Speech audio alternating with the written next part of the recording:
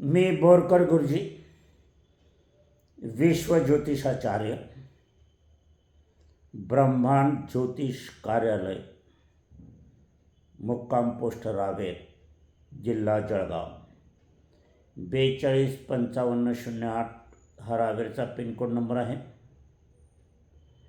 आणि माझा WhatsApp number आणि मोबाईल नंबर एकच आहे, 9850155558.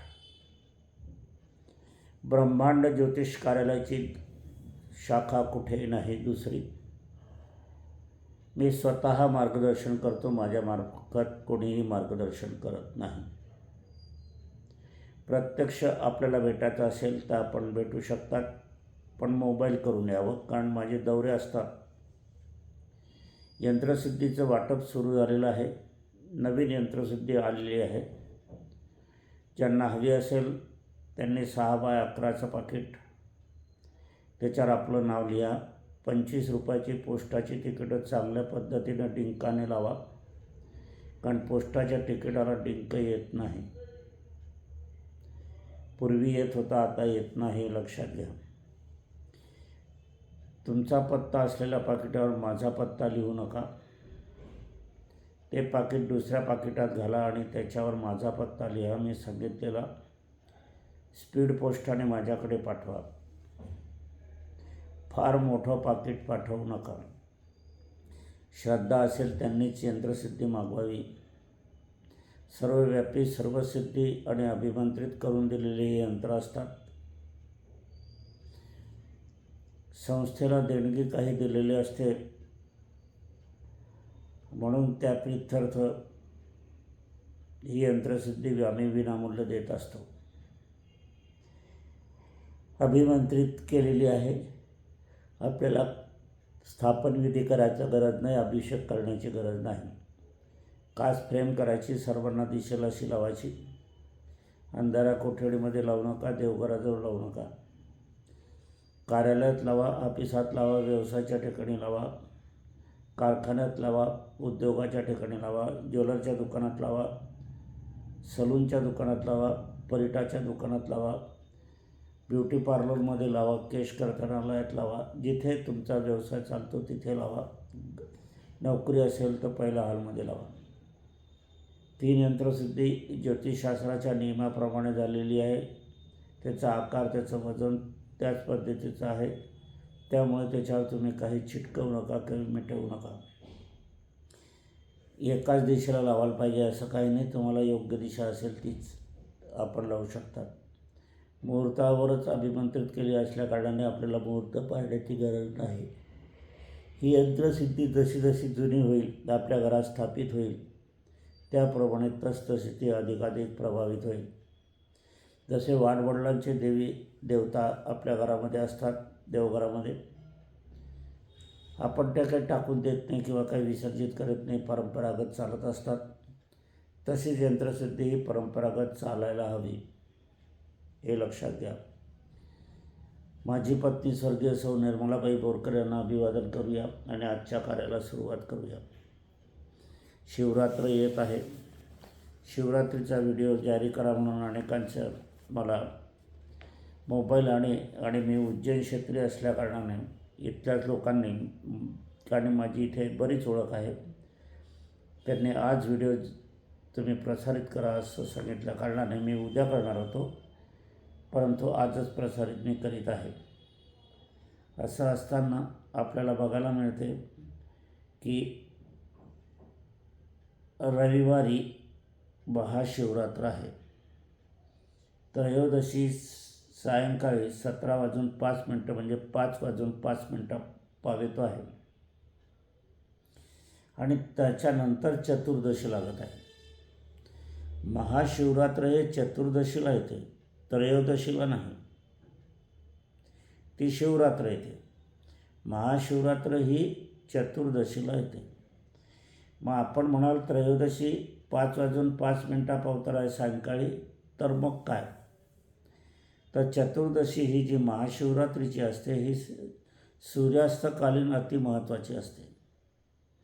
आता या ठिकाणी सूर्यास्त 18:38 आहे, म्हणजे त्यापूर्व चतुर्दशी सुरू होतं आणि सूर्यास्तकालीन आहे, लक्षात घ्या.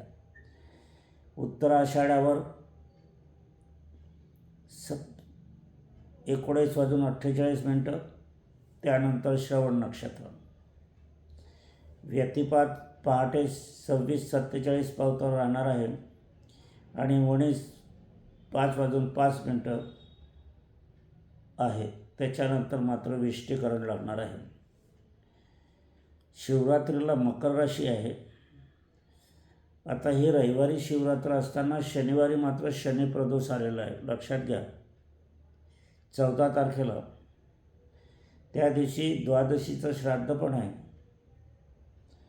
आता ही द्वादशी आहे 4:02 पावतात आणि मग शनी प्रदोष हा लागणार आहे आपल्याला त्रयोदशीला. आता या ठिकाणी सूर्यास्त आपण पाहिलेला आहे तर 18:38, पण शनी प्रदोषाला 37 मिनिटाला आहे. तर उत्तराषाढ नक्षत्र लागणार आहे आणि सिद्धीकरण आणि वणीच करण लागणार आहे. अशा एकाने शनी प्रदोष पण आपल्याला करायचं आहे. महाशिवरात्रीचं शिवपूजन पण आहे.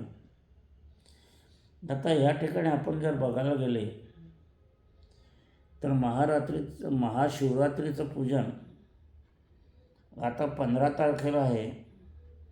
तर 15 तारखेला या ठिकाणी शुभाशुभामध्ये लिहिलेलं आहे की त्रयोदशी वज्र आणि चतुर्दशी पण वज्र. याला माझा आक्षेप आहे, कारण शिवरात्र जो आहे तर वज्र हा दिवस कशाला हवा, कारण तो शुभ दिवस आहे, देवांचा देव आहे, तो दिवस वज्र कसा होईल. आणि चतुर्दशी ही जी आहे, चतुर्दशी मुळात अशुभ नाही, अमावस्या पण अशुभ नाही, हे मनातून काढून टाकावं सर्व जनतेने. कारण अमावस्येलाच लक्ष्मीचं आगमन समुद्रमंथनातून झालेलं आहे. अमावस्या पितरांची आहे.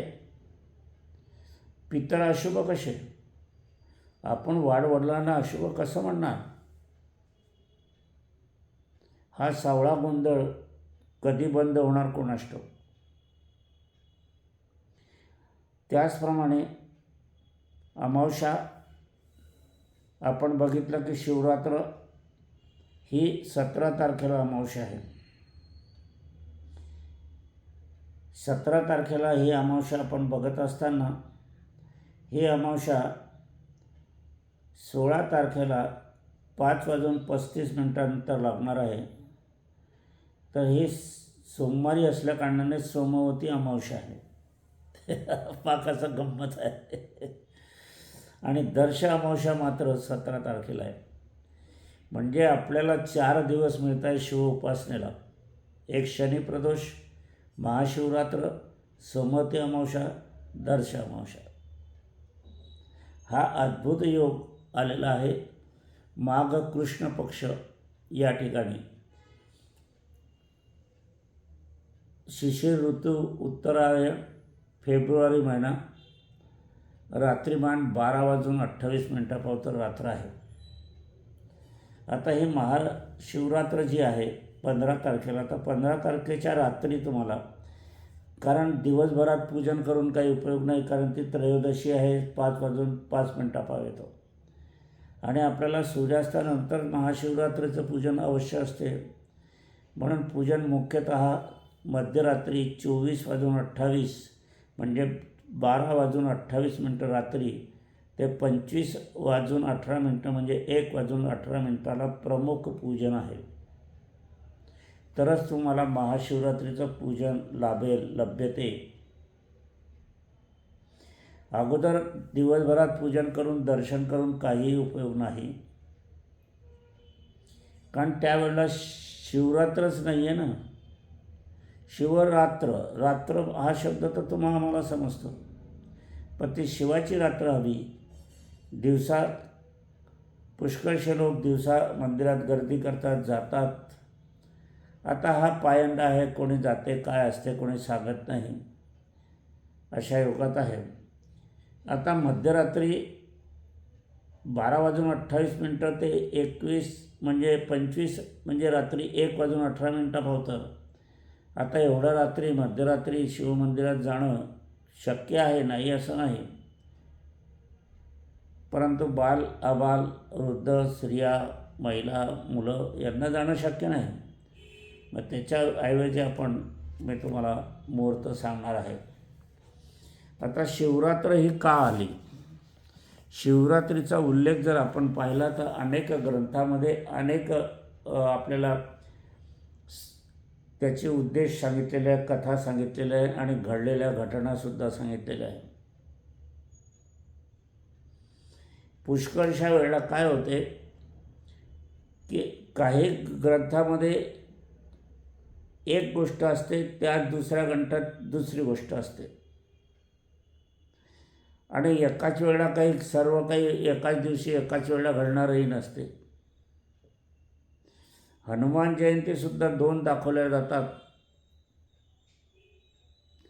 गणपतीचे जन्म पण 2 दिवशी दाखवले जातात, दोघंही वेगवेगळ्या महिन्यात. तर गणपतीचा मी एक विशेष लेख टाकलेला आहे. लेख म्हणजे व्हिडिओ मार्गदर्शन, तो आपण मागे बघू शकता यूट्यूबवर. मला जे जाणकार आहे, ज्यांना आवड आहे, त्यांनी माझे व्हिडिओ लिहून लिखित स्वरूपात करून घ्यावे, कारण ही माहिती मी अनमोल देतो, शास्त्रीय पद्धतीने देतो.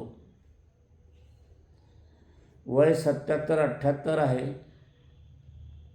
उद्याचा दिवस मी पाहिल की नाही शंका आहे, म्हणून तुमच्या आठवणीमध्ये चांगल्या बुकामध्ये, ज्याचं कापडी बुक असतात मिळतात, त्याच्यामध्ये चांगल्या जाड पानावर स्वच्छ अक्षरात लिहून ठेवा.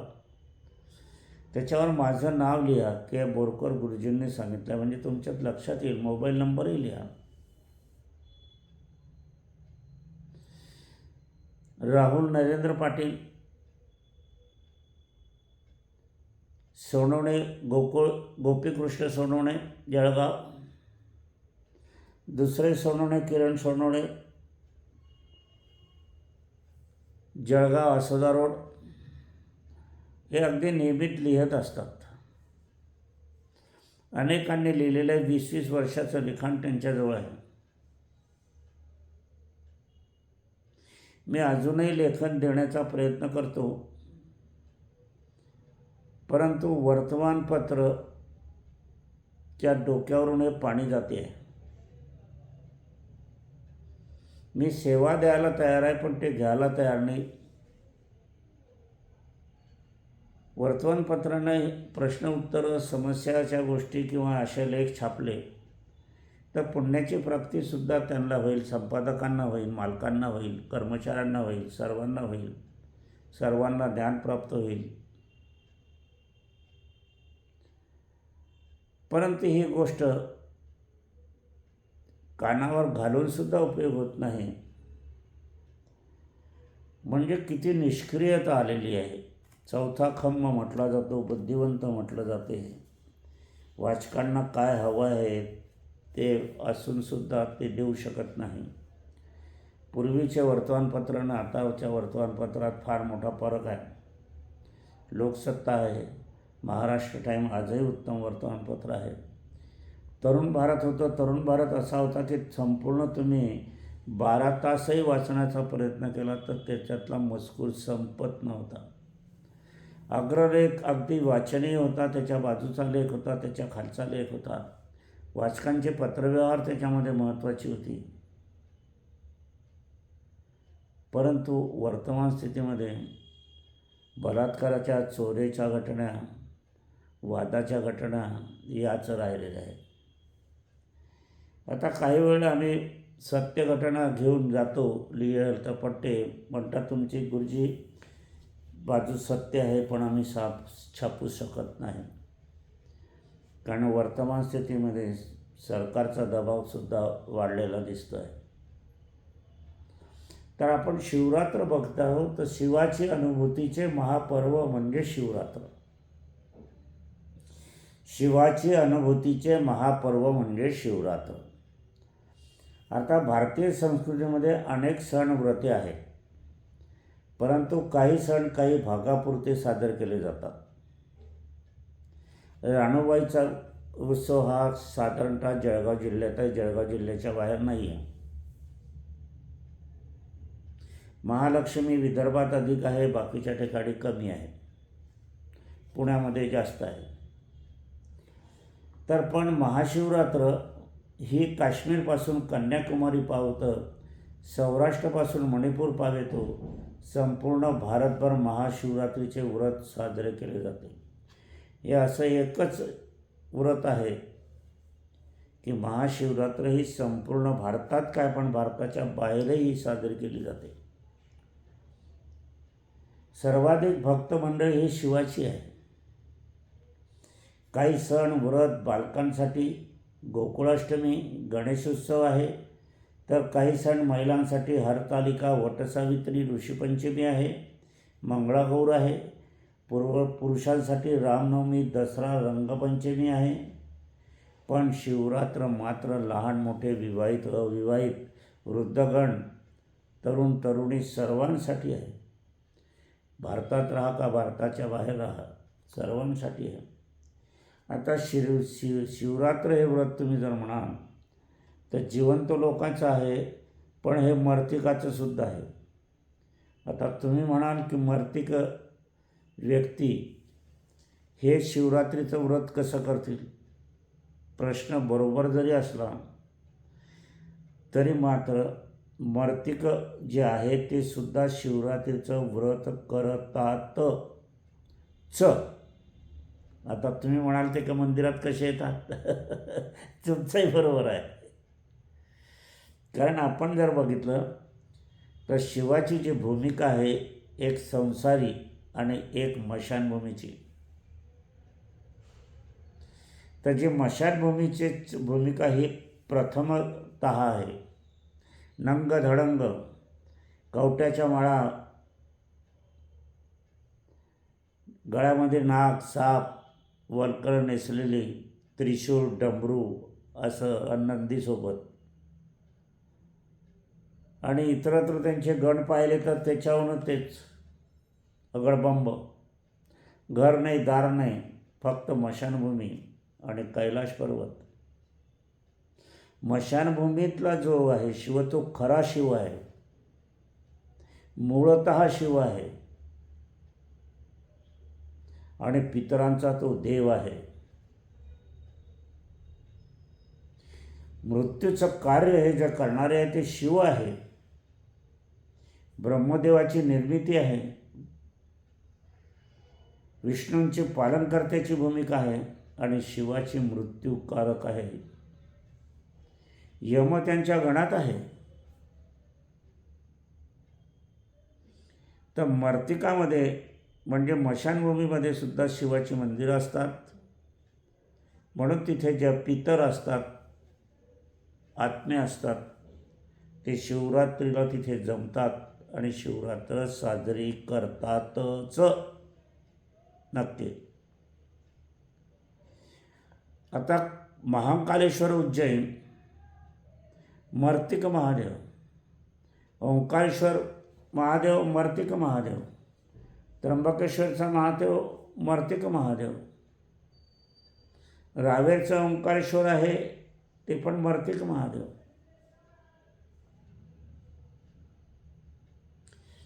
प्रयागराजचा महादेव अलाहाबादचं तेही मर्तिक महादेव. कारण की काय, याच्यामध्ये पिंडदान होते, श्राद्ध होते, आपल्या ज्या काही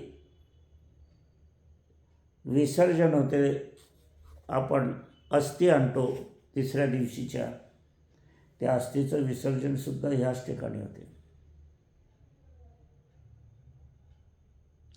म्हणून या ठिकाणचं पाणी घरी आणू नये असं शास्त्र आहे, कारण ते मर्तिकच आहे. काशीमध्ये तर अर्धवट जळालेली पिरतं गंगेत टाकली जातात, पण ते पाणी आपण कसं आणणार? मशानभूमीतलं कमळ असलं, कुठे एखादं फळ असलं, सीताफळ असलं, आंबा लागलेलं असलं तर आपण आणत नाही. आणि आणायचंही नसते. म्हणून मर्तिकसुद्धा शिवरात्र करतात, हे लक्षात घ्या.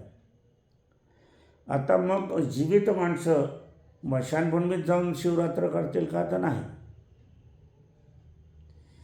गावामध्ये जे शिवमंदिर आहे ती संपूर्ण संसारी महादेवाची आहे.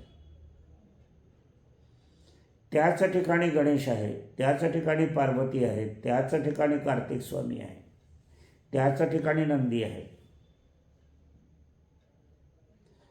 आता या नंग धडंग असलेल्या महादेवाला संसारात आणण्याचं काम कोणी केलं असेल तर ते पार्वतीने. पार्वती या याच्यामध्ये कथेमध्ये नसली तर महादेव संसारी झालेच नसते. आता हा असा विरक्त असलेला मनुष्य, देव, परमेश्वर, महादेव, तर याच्या प्रेमामध्ये पार्वती पडली, परंतु हा विरक्त असलेला विवाह कसा करेल? त्याच्या मनात पण येणार नाही महादेवांच्या. म्हणून 16,000 वर्ष पार्वतीने तप केलं. मध्ये नारद आले. नारद म्हणे 16,000 वर्ष ही श्री पार्वती तपश्चर्या करते, हिमालयाची पुत्री. आता तरी तुम्ही संसारी व्हा आणि मन परिवर्तन करा. तुम्ही विरक्त असला पण त्या माऊलीला तुम्ही आवडत आहात, मग तुम्ही का करत नाही? मग त्यानुसारच शिव पार्वतीचा विवाह झाला आणि पार्वतीने महादेवाला संसारी केलं. ही गोष्ट तुम्हाला माहीत नसेल. खोलात जाणून अभ्यास करण्याची वृत्ती असायला हवी, पण अभ्यास आता कोणीच करत नाही. लिहिणं बंद झालं, वाचणं बंद झालं, पाहणं बंद चालू आहे, मोबाईल वगैरे फक्त बस.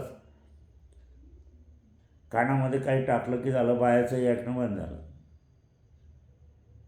या न ऐकण्यामुळे मुलं पण ऐकण्याशी झाले, आईबापाची. गुरुजींची ऐकत नाही. पुढाऱ्यांचे भाषणं व्याख्यानापूर्वीचे व्हायचे, तर आता ते पण नाही, कारण पुढारीच तसे आहे. शिक्षण मंत्र्याला जर तुम्ही नीटच्या परीक्षेला बसवा, पास होतात का पहा बरं.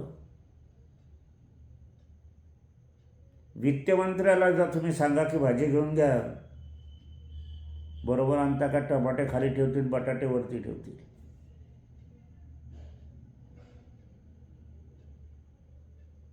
असा हा योग असताना आपल्याला बघायचा आहे. तर सर्वजण शिवरात्रीचं महत्त्व जाणतात. शिव म्हणजे काय?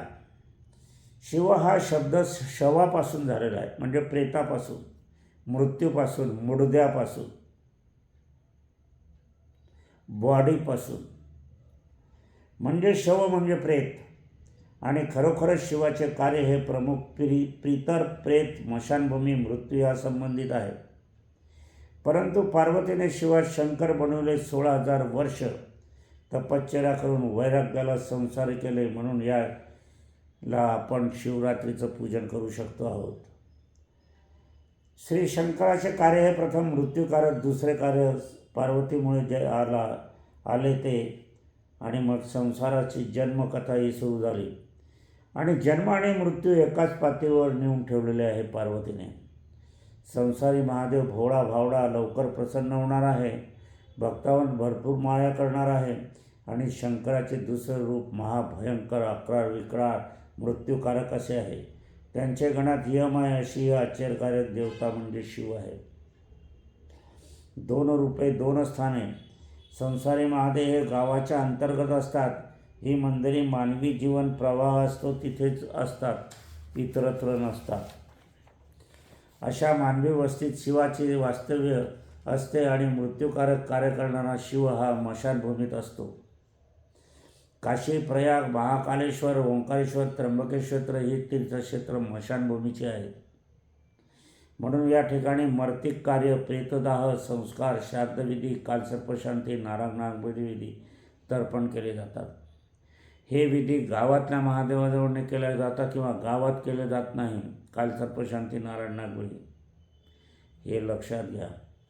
संसारी म्हणजे महादेव गावापासून अंतर्गत मंदिर स्थानात सौभाग्यकारक शुभकार्य संपन्न केले जातात. शिवशंकराचे लिंगात प्रगटीकरण केव्हा झाले? पूर्वीच्या काळी जे शंकर होते ते मूर्ती स्वरूपात होते. बहुतांश मूर्ती ही सिंधी समाजाकडे आपल्याला आढळते. आता सार्वजनिक ठिकाणी शिवशंकराच्या मूर्ती मोठमोठ्या करायला लागलेल्या आहेत. पण महादेवाची लिंग वास्तविक हे आर्यांची देवता नाही, ही अनार्यांची देवता आहे. दक्षिण द्रविडांची देवता आहे. द्रविड लोक जे सत्य आहे त्याचे पूजन करतात. झाडाची पूजा करतील, वडाची पूजा करतील, नंदीची पूजा करतील, पशूंची पूजा करतील. म्हणजे जे निसर्गावर आहेत त्यांचे ते आद्य दैवत आहेत द्रविड लोक, अनार्य. त्याचप्रमाणे महादेवाचं लिंग हे संसाराचं प्रतीक आहे. उभं जे आहे ते महादेव आहे आणि आडवं जे आहे ती पार्वती माता आहे. संसाराचं मिलनाचं स्वरूप हे आपण पाहायला गेलं तर द्रविडाकडून आपण हे घेतलेलं आहे. आणि हे केव्हा झालं तर शिवशंकराचे प्रथम रूप हे तर मानवी प्राण्याप्रमाणे होते. त्याच अवस्थेत त्याच रूपात त्याचेच पूजन आतापावित होत होते. पण याच शिवरात्री शिवांनी महादेवाचं लिंगात प्रकटीकरण केले आणि हे प्रकटीकरण श्री पार्वतीसाठी केलेले आहे, लक्षात घ्या. आणि कारण शिवशंकर अकरार विक्रार, 3 नेत्र, अंगावर भस्म, गळ्यात कवड्याच्या माळी, कवट्यांच्या माळी, मस्तकी माळ, त्यात नाग अशी भीतीदायक वाटू नये म्हणून एक प्रेममय, एक आनंदमय, एक मिलनमय, एक संसारमय, एक कुटुंबमय प्रतीक म्हणून श्री शंकर या शिवरात्रीत प्रकट झाले आहे महादेवाच्या रूपात. म्हणून शिवरात्र महत्त्वाची आहे. पूर्वी पृथ्वी ही पार्वती होती. आकाश खऱ्या अर्थाने लिंग आहे. आकाश हा शिव आहे आणि पृथ्वी ही पार्वती आहे. म्हणून पृथ्वीवर मी नेहमी लोकांना सांगतो की तुम्ही थुंकू नका, घाण करू नका. ज्या ठिकाणी आपला जन्म झालेला आहे आणि ज्या ठिकाणी आपण जाणार आहोत त्याच्यावर तुम्ही थुंकतात, वाटेल तसा अत्याचार करतात, मग तुमच्या या गणितामध्ये कोणती योनी प्राप्त होईल हे लक्षात घ्या. कळत न कळत ज्या चुका होतात त्या ह्याच. पार्वती माता आहे, तुम्ही मातेवर थुंकता आहात.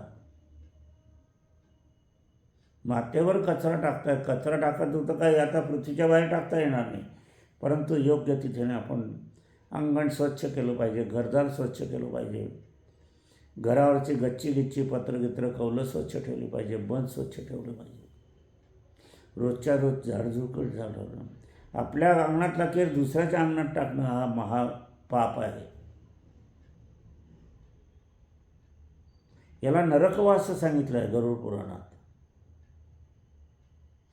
असं असताना खऱ्या अर्थाने शिव आहे ते लिंग आहे पृथ्वी. आकाश शिव आहे, लिंग आहे पृथ्वी ही आपण पाहायला गेले तर माता आहे. या दोघांचा संगम म्हणजेच महादेवाचे लिंग. याच शिवरात्रीपासून अधिकतरीत्या महादेवरूपी लिंगाचीच पूजा केली जाते. शिवपार्वती विवाह शिवरात्रीच्याच दिवशी झालेला आहे. आता अनेक ग्रंथामध्ये शिवरात्रीचा उल्लेख वेगवेगळ्या प्रकरणात, वेगवेगळ्या घटनात, वेगवेगळ्या रूपात दाखवला गेलेला आहे. तर हा शिवरात्रीचा उल्लेख जो आलेला आहे तो शिवपार्वतीचा विवाह याच शिवरात्री चतुर्दशी तिथीत झालेला आहे. आता शिवाचा विवाह, शंकराचा विवाह, पार्वतीचा विवाह, महादेवाचा विवाह, देवादिवकांचा विवाह चतुर्दशीत झाला. मग चतुर्दशी अशुभ कशी, वज्र कशी सांगतात? अमावस्या महादेवाला प्रिय, मग तुम्हाला काय? लक्ष्मी अमावस्येला आली मग ती अशुभ कशी?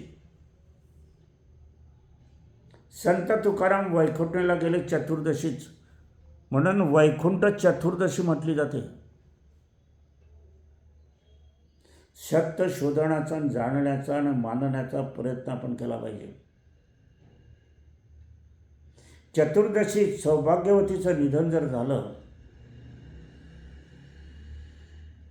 तर संत तुकारामाप्रमाणे तर आत्मा ती स्त्री त्या पुष्पक विमानात बसून वैकुंठाला जाते, स्वर्गात जाते आणि देवादिकांमध्ये समाविष्ट होते. वैतरणा नदी पाप पुण्याची गणना नाही, कारण ती सौभाग्य जाती झालेली आहे.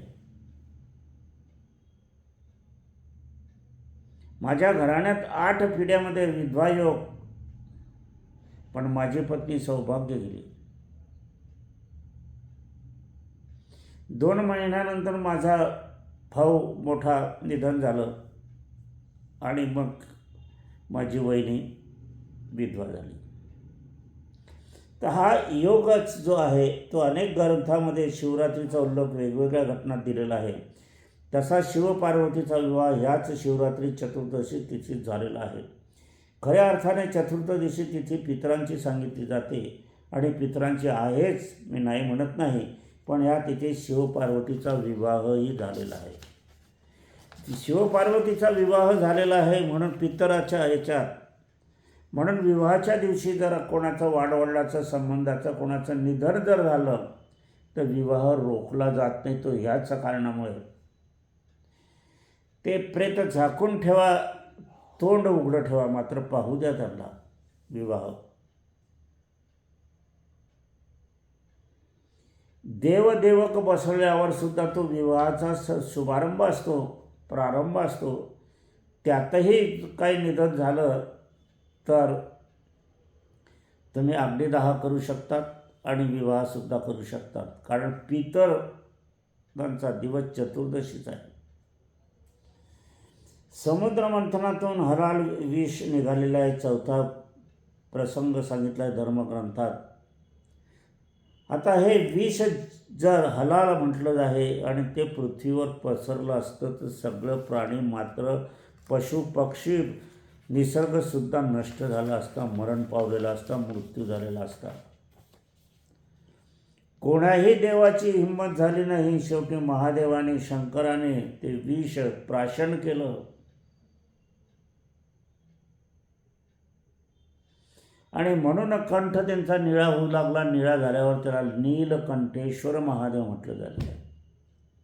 पहा कसं सुक्त बरोबर आहे. यालाच संस्कृती म्हणतात, भारतीय संस्कृती. शिवरात्रीचा काळाचा मुहूर्त माघ कृष्ण पक्ष त्रयोदशी तिथी सायंकाळी 17:05 वाजेपाव तो वार रविवार आहे. दिनांक 15 फेब्रुवारी रोजी येत आहे. 14 फेब्रुवारीला शनी प्रदोष देखील आहे. चतुर्दशी तिथी सूर्यास्तकालीन सायंकाळी 17:05 नंतर आहे. सूर्यास्त 18:38ला आहे, म्हणजे सूर्यास्त पूर्व चतुर्दशी तिथीचे आगमन झालेलं आहे, होणार आहे. म्हणून ह्याच दिवशी शिवरात्र आहे. म्हणजे आपण सायंकाळी 18:38 नंतर महादेव लिंगाचे पूजन करू शकतात. अचूक प्रभावशाली शुभमुहूर्त पाहायचा असेल आणि मंत्रजाप पूजन करायचं असेल, आपल्या इच्छा पूर्ण करण्यासाठी पूजन असं हवं असेल तर आरोग्यासाठी, पुत्रप्राप्तीसाठी, विवाह होण्यासाठी, दीर्घायुष्यासाठी, जीवन लाभण्यासाठी, भाग्यासाठी, लक्ष्मी प्राप्त करण्यासाठी, मनातील सर्वच्या सर्व इच्छा संपूर्ण सफल करण्यासाठी. वेळ रात्री 24:28 ते 25:18 पावेतोची. अशा मध्यरात्री मंदिरात जाता आले नाही तर सूर्यास्तानंतर शिवमंदिर परिसरातील कुठलाही दगड एखादा शलाका आणा. त्याला दगड म्हणजे शलाका आणा, लहान. आता तिथे दगड नाही समजला तर माती आणा, आणि माती पण मिळाली नाही तर मंदिराभोवतीचा श्वास घरी आणा. तुम्ही म्हणाल श्वास कसा घरी आणायचा? तर श्वास आपण तिथे घ्यायचा आणि कोणाकडेही न जाता, कोणाशीही न बोलता आपण घरी यायचं.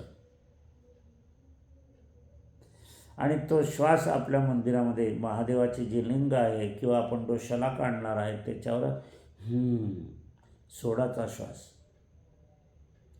साधं सरळ सोपं आहे, कुठलंही काही अडचण नाही, धावपळ नाही, चिंता नाही, काळजी नाही, मनसोक्त आनंदाने समाधानाने श्रद्धेने पूजन करायचं आहे.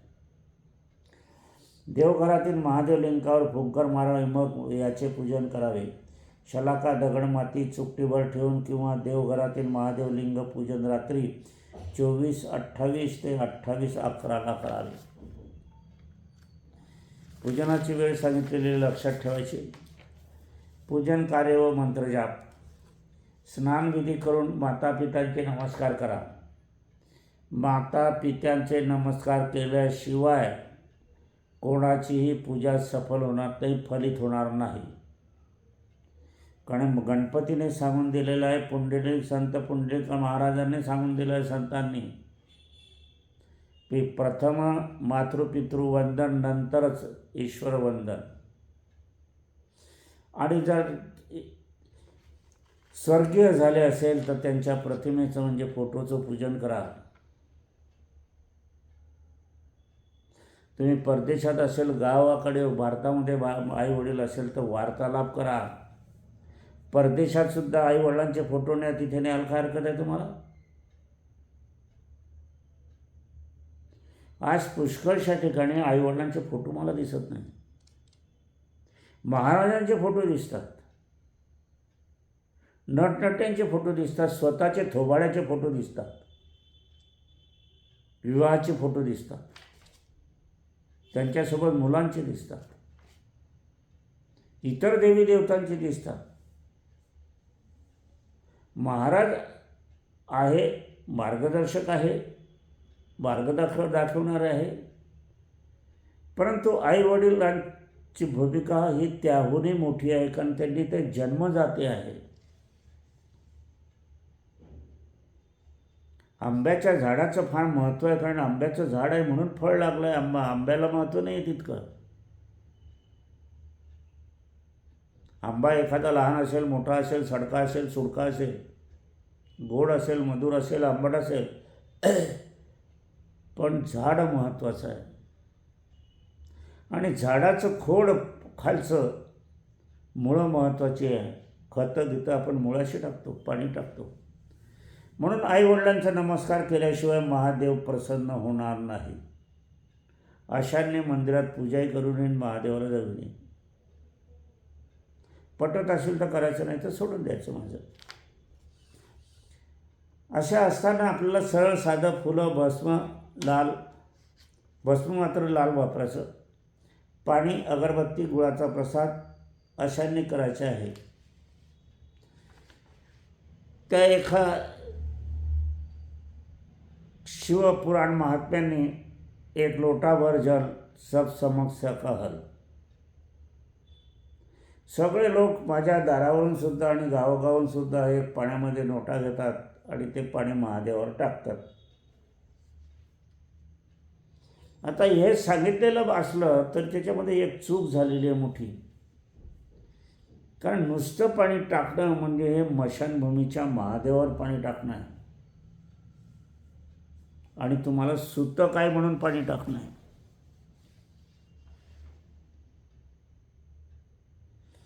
त्याच्यामध्ये तांदूळ मिश्रित कुंकू अशी अक्षता त्याच्यात टाकायला पाहिजे आणि ते पाणी टाकायला पाहिजे.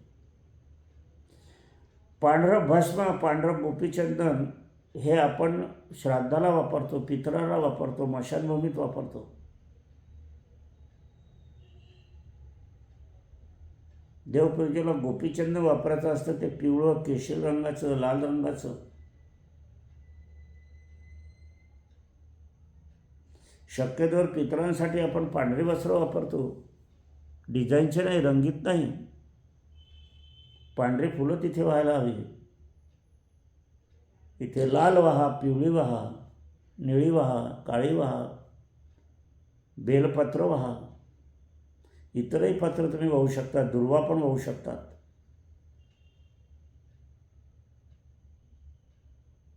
कोणाला गजरा वेणी टाकेल तर खालच्या ज्या आहे तिथे पार्वतीच्या स्थानावर तुम्ही टाकू शकता. ते स्थान जे आहे ते पार्वती आहे, तिथे तुम्ही वेडी ठेवू शकता. आता आपल्याला मंत्रजाप आपल्याला 11 वेळा एकदाच करायचा आहे आणि तो 111 वेळा करायचा आहे.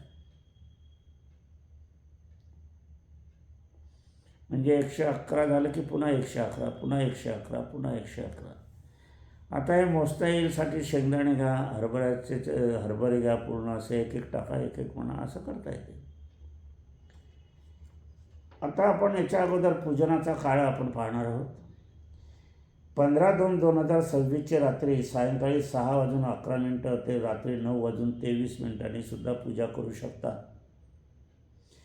त्यानंतर रात्री 9:23 ते 12:35 रात्री, आता त्यावेळेला 16 तारीख लागलेली असेल, पूजन करू शकतात. रात्री 12:35 ते पहाटे 5:17 त्यावेळेला 16 तारीख लागलेली असेल तेव्हा पूजन करू शकतात. पहाटे 3:47 ते 6:59 सकाळी 16 तारीख लागलेली आहे, त्यावेळेलाही पूजन करू शकतात. पूजन आपण करत असताना या ठिकाणी आपल्याला घ्यायला पाहिजे तर खऱ्या अर्थाने आपण पूजन जे करतो ते रात्री जर केले 24:28 म्हणजे रात्री 1:28 ते रात्री 12:28 ते 1:18. पुन्हा चूक दुरुस्त करतो. रात्री 12:28 पासून तर रात्री 1:18 पाहतो. हे विशेष पूजनाची महत्त्वाची वेळ आहे. या ठिकाणी तुम्ही करू शकतात. घरी करायचं असल्याने तुम्हाला काही भीती नाही, काळजी नाही, काही समस्या उद्भवणार नाही, कुठे बाहेर जाणार नाही. आता हा जो मंत्र आहे तो सर्वांनी लिहून घ्यावं कागदावर. पुढे येणाऱ्या शिवरात्रीसाठी हा वापरला तर चालेल. त्यावेळेला मी असेल नसेल, मंत्र मात्र तुमच्याजवळ असेल. कारण मृत्यू अटळ आहे. मी मृत्यूला मला भीती नाही वाटत. मी हसत हसत खेळत जाणारा मनुष्य आहे. फक्त मला दुःख आहे ते माझ्या पत्नीचंच. ते दुःख मात्र संपूर्ण पृथ्वी देखील अपूर्ण पडेल असं आहे. आणि ते एखाद्या मेडिकलमुळे झाल्यामुळे मला अत्यंत दुःख आहे. पैशाचा लोभ, स्वार्थाचा लोभ, सुशिक्षित माणसं कसं काय आहे, यांचं कर्म कधी उमटेल, माझ्या दुःखाची परिणती काय होईल, काय होते आहे, मी किती दुःखात आहे. आज नुसते श्रद्धाहीन लोकांची गर्दी जास्त आहे. पूर्ण श्रद्धेने तुम्ही करा. माझं मार्गदर्शन आहे, माझा आशीर्वादही तुम्हाला लाभेल. स्वर्गीय पत्नी सौ निर्मलाबाई यांचंच हे कार्य असल्याकारणाने वरतून वैकुंठातून त्यांचा पण आशीर्वाद या तुमच्या पूजनाला राहील. मंत्रजाप बघा. ओम लिहून घ्या, कागद घ्या, पेन्सिल घ्या. कारण की काय आहे की मंत्रजाप हा महत्त्वाचा असतो. त्याला त्या त्या देवी देवताचं अधिष्ठान असते. मंत्राची रचना ही लयबद्ध असते. पुष्कळशे लोक अंधश्रद्धावादी म्हणतात की काय शब्दात आहे. शब्दामध्ये शक्ती आहे. एखादं गोड बोला तर गोड मिळते. एखाद्या शिव्या आपण दिलं तर मारपीट होते, गैरसमज होतो, युद्धसुद्धा होतात. ते शब्दच असताना मग रणांगणावर जे सांगतात जिंकू किंवा मरू, स्फूर्ती आणणारं गीत, हे मंत्रजापच आहे ना. आरडाओरड करणं, वाटेल तसं बोलणं, राक्षसीप्रमाणे वागणं, हे शब्दात हा दुर्व्यवहार आहे. तो कर्मात नोंदला जातो. म्हणून शब्द हे मंत्र आहे. ओम श्री शिव शिवाय, शिवाय श्री शिव ओमाय. दुसरी ओळ घ्या. तन मन धन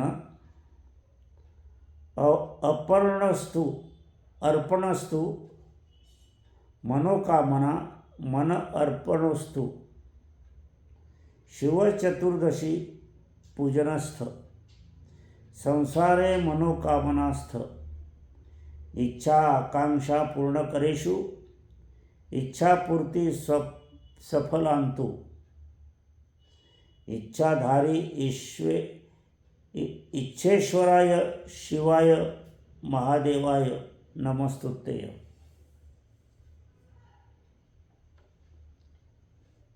पुन्हा आपण बघूया। ओम श्री शिव शिवाय, आता पुन्हा शिवाय श्री शिव ओमाय। दुसऱ्या ओळीवर लिहा तन मन धन अर्पणस्तु मनोकामना मन अर्पणस्तु। तिसरी ओळ घ्या शिवचतुर्दशी पूजनस्य संसारे मनोकामनास्थ। चौथी ओळ घ्या इच्छा आकांक्षा पूर्ण करेषु इच्छापूर्ती सफलांतु इच्छाधारी इच्छेश्वराय शिवाय महादेवाय नमस्तुतेय। हा मंत्रजाप आपल्याला 11 वेळेला म्हणा 111 प्रमाणे, किंवा 11 वेळा म्हणा किंवा 111 वेळा म्हणा, जसं तुम्हाला जमेल तसं म्हणायचं आहे आपल्याला। अजून आपल्याला पाहायला गेले तर महादेवाला 3 नेत्र आहेत, म्हणजे तिनाचं महत्त्व या ठिकाणी आपल्याला आहे। 3 नेत्र कुणालाही नाही आहे। आता महादेवाचं पाहिलं आपण नाग त्रिशूळ डमरू, बेलपत्र वाहिलं जाते तेही 3 पानाचं, त्याला त्रिदल म्हटलं जाते। 3 लोक आहे त्रिलोक त्याला म्हटलं जाते, स्वर्ग पाताळ पृथ्वी असे 3 लोक। या 3 लोकांची प्रमुख देवता ही शिवच आहे। हीच आयुध पाहिलं तर नागपाश सुदर्शन चक्र त्रिशूल, 3 पानाचे त्रिदल म्हणजे बेलपत्र, 3 नेत्र दुर्वा, 3 पानाचे 3 अंकुराचे। गंगा जेव्हा जटामध्ये सामावली गेली त्यावेळेला शंकरांनी 3 जटा असे बाहेर काढल्या होत्या आणि त्याच्यामध्ये ते ठेवलं होतं गंगेला। गंगेचे 3 नावं आहे अलकनंदा, भागीरथी आणि गंगा। शिवाच्या कपाळावरील गंध त्रिपुंडाचे आहे, म्हणजे 3 रेषेचे। वात कफ पित्ताचे कारक शिव आहे। शरीरात 3 नाडी आहे, त्याला 3 नाडी म्हणतात, इंगला पिंगला सुषमना। गुण 3 असतात, सतोगुण तमोगुण रजोगुण असे पण असतात। असं आम्ही तुम्हाला सांगितलेलं आहे, मार्गदर्शन केलेलं आहे। आता एक प्रश्न माझ्याकडे इथे आला, संध्याकाळी आम्ही गप्पा करत बसलो होतो, तर मी अनेकांना सांगितलं होतं त्याच्यामध्ये प्रमुखतेने की तुम्ही ज्यावेळेला तीर्थक्षेत्री जातात, मोठ्या क्षेत्री जातात, गावाच्या बाहेर जातात किंवा गावात गेलं तर आईवडिलांना घेऊन सोबत जा। आईवडील जर घरी ठेवले तुम्ही तर ते महादेव आहे, ती पार्वती आहे, ती माता आहे, ते तुमचा बाप आहे। ते जर घरी राहिले तर तुम्ही गंगेमध्ये आयुष्यभरही बुडाले, काशी विश्वेश्वराच्या मंदिरात अहोरात्र बसले तरी तुम्हाला फलप्राप्ती होणार नाही, उलट तुम्ही पापाचे कर्माचे भागीदार व्हाल। पुष्कळशे अविवाहित असताना आईवडिलांना विचारतात आणि विवाहित झाल्यावर मग ती पत्नी नावाची भावली येते, त्याच्याभोवती मनुष्य गुंगून जातो। मग त्याच्याभोवती लहान खेळणं येतात, अपत्य येतात, तो त्याकडे लक्ष देतो आणि जे मुख्य दैवत आहे, ज्यांनी जन्म दिलेला आहे, लहानाचं मोठं केलेलं आहे, त्यांच्याकडे पाठ फिरवतो, त्यांच्याकडे बघत नाही. पत्नीला 5,000 रुपयाची साडी आणि आईला 500 रुपयाचं पण घेणं जीवावर येते. कुळदेवीचं दर्शन करताना, कुळदेवताचं दर्शन करताना, काही पूजापाठ करताना आई वडील नसले तर ते दर्शन खोटं अकर्मात जमा झाल्याशिवाय राहणार नाही. गरुड पुराणात तुम्हाला स्पष्ट सांगितलेलं आहे. श्री विष्णूने गरुडांना सांगितलेली ही विद्या, हे संभाषण. परंतु आजकाल असं आहे की कोणी कोणाचं ऐकण्याचं झालेलं आहे. आपल्या मनाप्रमाणे हो तुम्ही करा, पण कर्म पण त्या कर्माच्या मनाप्रमाणे करेल हे लक्षात ठेवा. तुम्ही मनाप्रमाणे वागता तर कर्मसुद्धा मनाप्रमाणे वागेल आणि मग जो हिशोब जमा खर्च होईल तो तुम्हाला बघावा लागेल, पाहावं लागेल, भोगावं लागेल.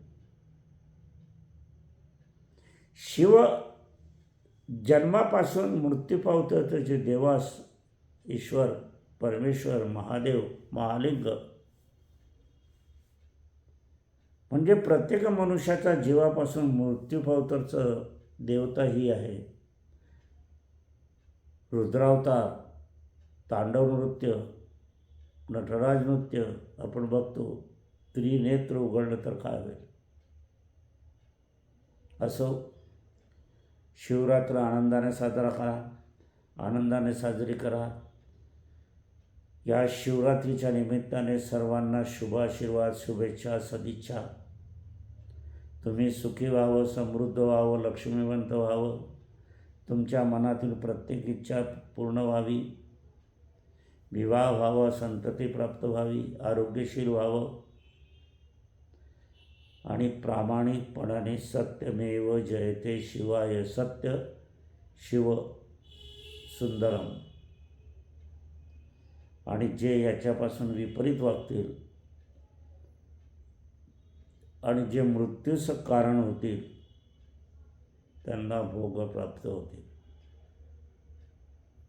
असो, आजच्या कार्याचं समापन करण्यापूर्वी माझी पत्नी स्वर्गीय सौ निर्मलाबाई बोरकर यांना अभिवादन करूया.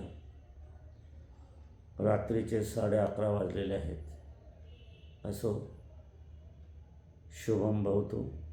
माझी पत्नी स्वर्गीय सौ निर्मलाबाई बोरकर यांना अभिवादन करू.